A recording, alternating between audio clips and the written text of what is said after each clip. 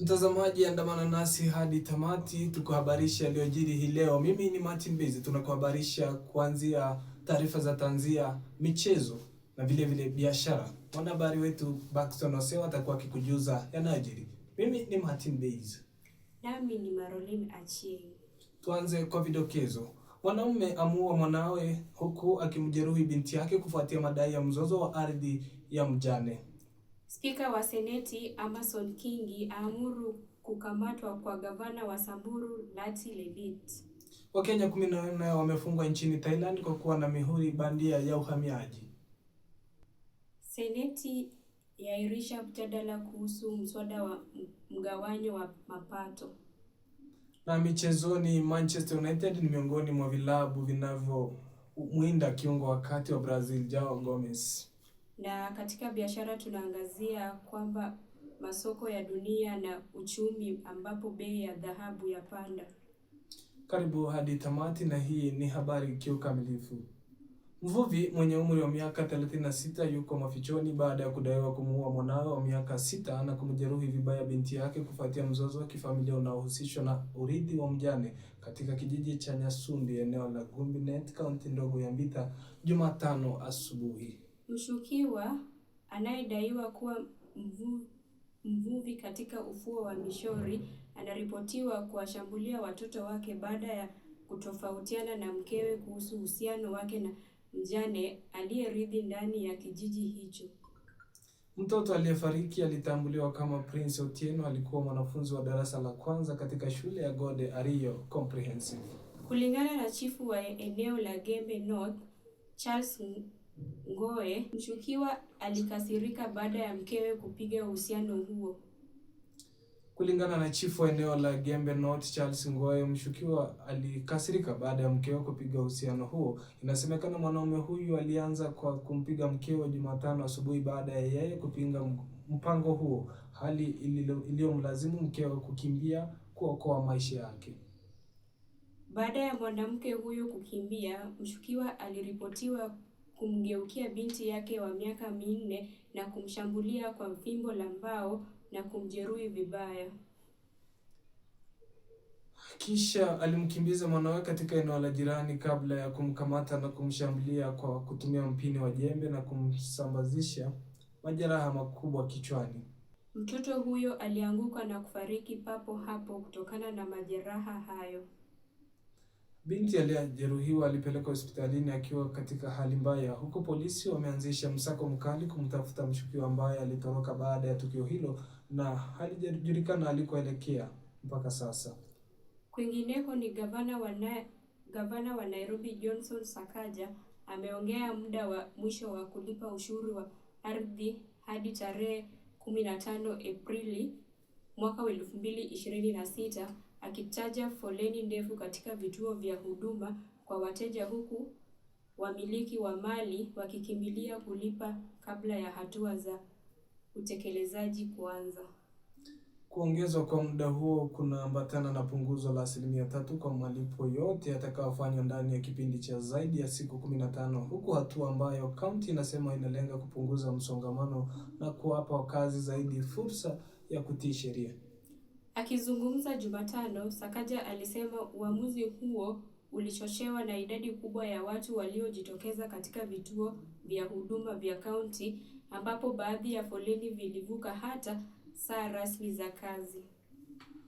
Tangazo hilo linakuja wakati kaunti ya jiji la Nairobi inaongeza juhudi za kuboresha ulipaji wa ushuru wa ardhi na kupanua wigo wake wa mapato. Kaunti pia inazingatia hatua kali zaidi ya kukusanya madeni, ikiwa ni pamoja na kutumia wakusanyaji madeni wa kitaalamu kufuatilia wadaiwa.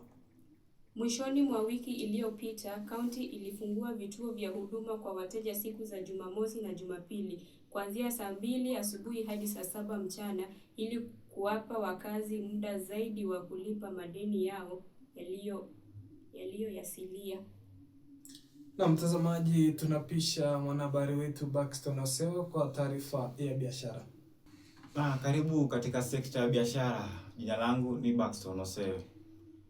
Bei ya bidhaa ya panda, wawekezaji wanaelekea kwenye mali salama, huku bei ya dhahabu dunia ikifika viwango vipya vya juu.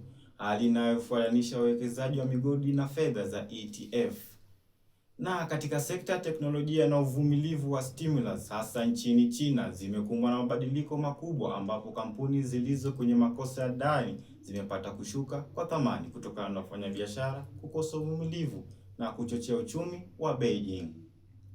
Kwengineko ni ukuaji wa AI dhidi ya changamoto za ushauri uelekezaji.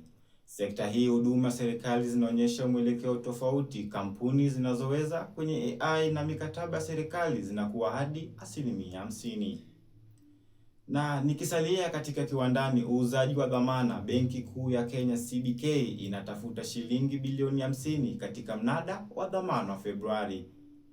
Na mnada huu ukwepaji wa kodi ya nyumba. Ripoti mpya zinaonyesha kuwa mapengo ya kisheria yanaruhusu kampuni kukwepa ulipaji wa ushuru wa nyumba ya lazima.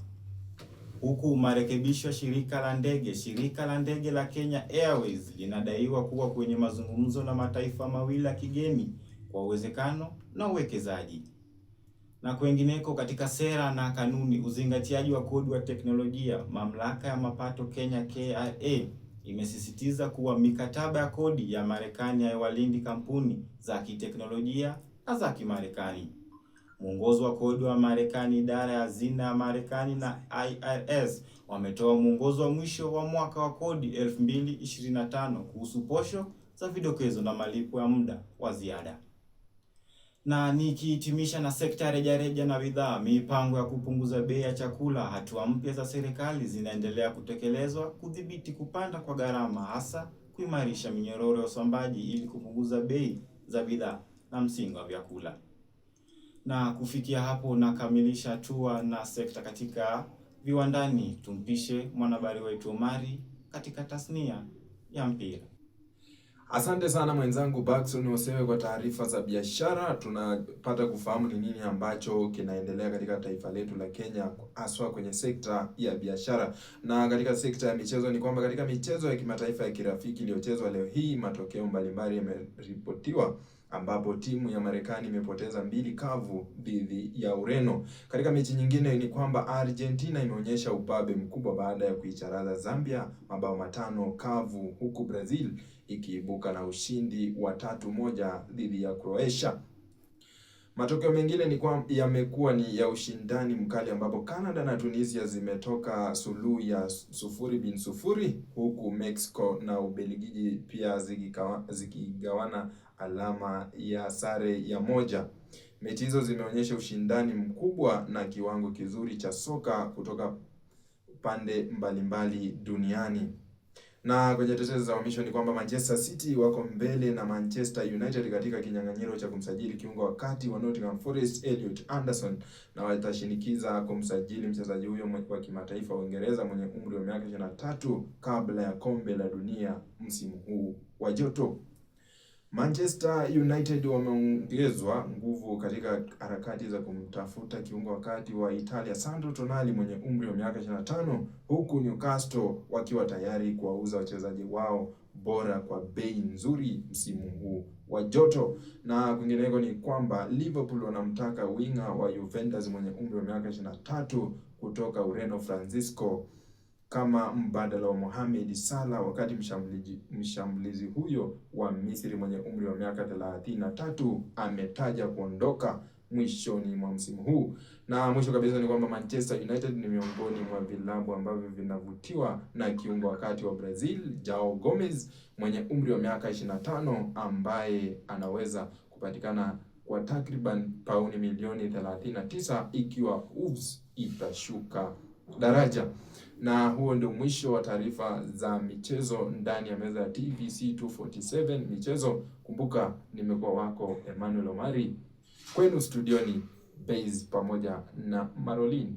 Shukrani za dhati wanahabari wetu, wanahabari wa biashara Baxton Osewe na Emmanuel Omari wa michezo kwa taarifa hizo mtawalia. Hivyo basi katika michezo niliweza kujifunza kwamba uwanja wa kuchezea mpira wa kabumbu lazima uwe na umbo la mstatili.